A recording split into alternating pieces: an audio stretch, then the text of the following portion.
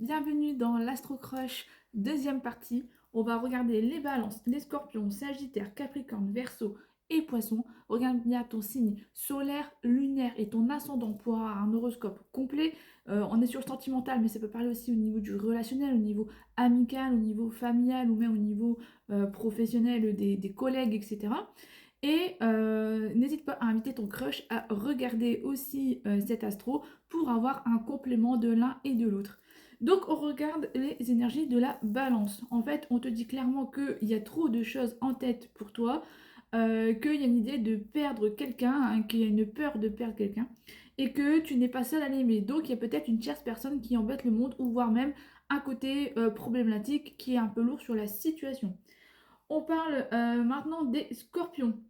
En fait, on dit que dans ta vie sentimentale, les rôles vont s'inverser, que tu ressens énormément d'attirance pour la personne de ta vie, la personne de ton cœur, que cette personne ressent les mêmes choses que toi et pense surtout les mêmes choses que toi. Vous êtes enfin alignés sur peut-être votre avenir, sur peut-être des projets d'avenir. Qu'il y a quand même une idée d'avoir une mauvaise influence par rapport à un cœur brisé. C'est-à-dire qu'en fait, peut-être tu n'y crois plus parce qu'il y a eu trop de disputes, il y a eu trop de choses comme ça dans ta vie du passé.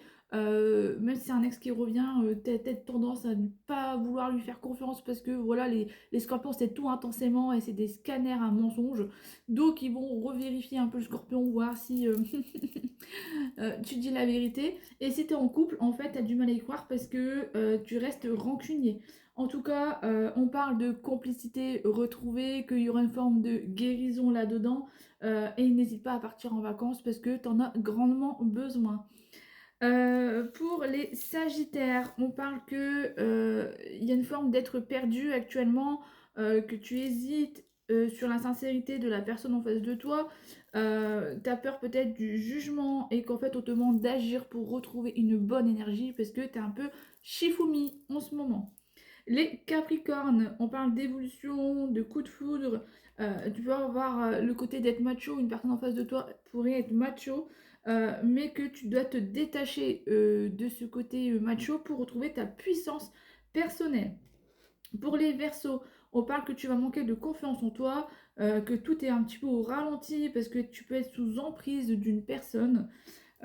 Mais que tu vas apprendre dans cette emprise à faire preuve de sagesse et de commencer à accepter l'aide des personnes. Pour les poissons, on parle du passé qui pourrait venir se faire pardonner, mais il souhaite faire les choses dans l'ordre, d'avoir un savoir-vivre et qu'il y a des solutions sur un contrat, un engagement à venir. C'est trop bien pour les poissons.